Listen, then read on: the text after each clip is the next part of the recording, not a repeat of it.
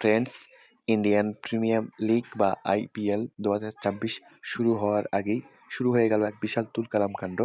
কেকেআরের মালিক শাহরুখ খান কি তবে সত্যিই দেশদ্রোহী? উত্তরপ্রদেশের প্রভাবশালী বিজেপি নেতা সঙ্গীত সোমের এক বিস্ফোরক মন্তব্য, তোলপাড় পুরো ভারত-বাংলাদেশ। বাংলাদেশ কাডার মাস্টার মোস্তাফিজ রহমানকে ৯ কোটি ২০ লাখ টাকার দলে ভিড়ানো নিয়ে কি কাল হলো? কেন মোস্তাফিজকে ভারতের ঢুকতে বাধা দেওয়ার হুমকি দেওয়া হচ্ছে? আজকের ভিডিওতে আমরা জানবো এরকম উত্তেজনার পিছনে আসল ঘটনা। এবং এখানে বিজেপি নেতা সঙ্গীত সোম সরাসরি শাহরুখ খানকে গাদ্দার বলে আক্রমণ করেছেন। তার অভিযোগ, বাংলাদেশ যখন হিন্দুদের উপর নির্যাতন খবর আসতেছে, তখন শাহরুখ খান কোটি কোটি টাকা দিয়ে বাংলাদেশ ক্রিকেটার কিনছেন। ৯ কোটি ২০ লাখ টাকা, যা মোস্তাফিজের ক্যারিয়ারের সর্বোচ্চ পারিশ্রমিক, সেই টাকা দিয়ে তাকে কেনা মোটেও মেনে নিতে পারতেছে না এই নেতা। যে সাফ জানিয়ে দিয়েছে যে মোস্তাফিজুর রহমানকে ভারতের বিমানবন্দর থেকে বের হতে দেওয়া হবে না।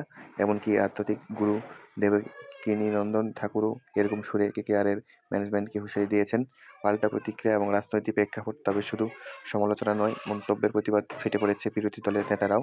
উত্তরপ্রদেশের বিরোধী দলীয় নেতা মাতা প্রসাদ পাণ্ডে এবং কংগ্রেস নেতা সুরেন্দ্র রাজপুত স্পষ্ট বলেছে যে শাহরুখের ধর্ম টেনে তাকে এমন আক্রমণ করা হচ্ছে।